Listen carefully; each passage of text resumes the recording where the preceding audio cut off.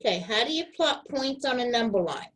Well, when you're plotting points on a number line, let's delete this blank slide there. You draw your number line. It's just a straight line with arrows on the end. And we're going to go -6, -5, -4, -3, 2,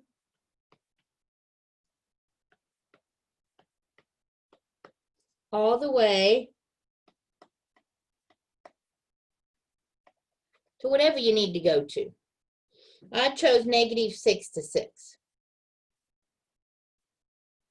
Okay.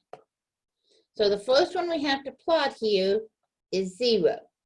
So that one is marked on my table. So at 0, I put a dot and I'm done. The next one, 6, that's over here. -2 is over here on the left. Okay, 2.5. So I go 1, 2, and then I go 0.5, which is half. So 2.5 is in between 2 and 3. -0.5. So that's halfway between 0 and -1. Okay? That's plotting your numbers on a number line. Now, when you're comparing two numbers, how do we know 3 is less than 7? Because when you look at the number line,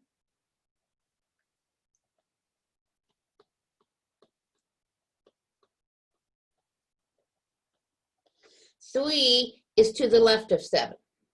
So we'd say 3. Okay, we have less than. We have greater than. We have less than equal.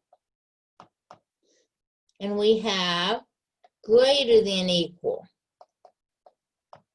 So this says 3 is less than 7. Okay, which is smaller, -2 or -5? Well, think of your number line again. So I have -2, 3, 4, 5.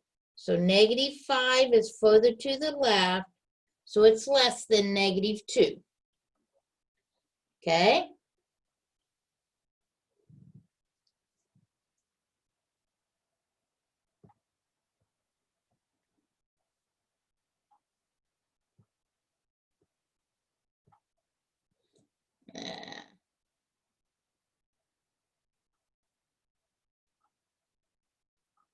Sorry about that, guys. Hitting the wrong buttons. Okay, so let's do C right here. Well, 2.7, and then the 5/2, I'm going to write as a decimal as 2.5. So which is bigger? So 2.7 is bigger, because 7's bigger than the 5, than the 2.5.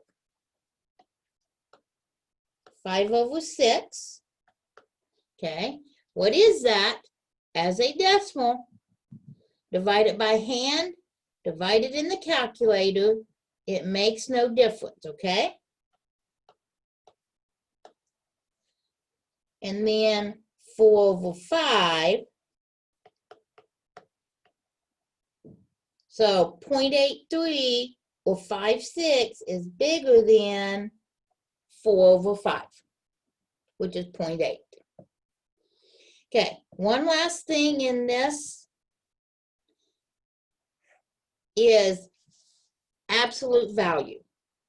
The absolute value of a number is always positive. So the absolute value of 6 is 6. The absolute value of -7 is 7.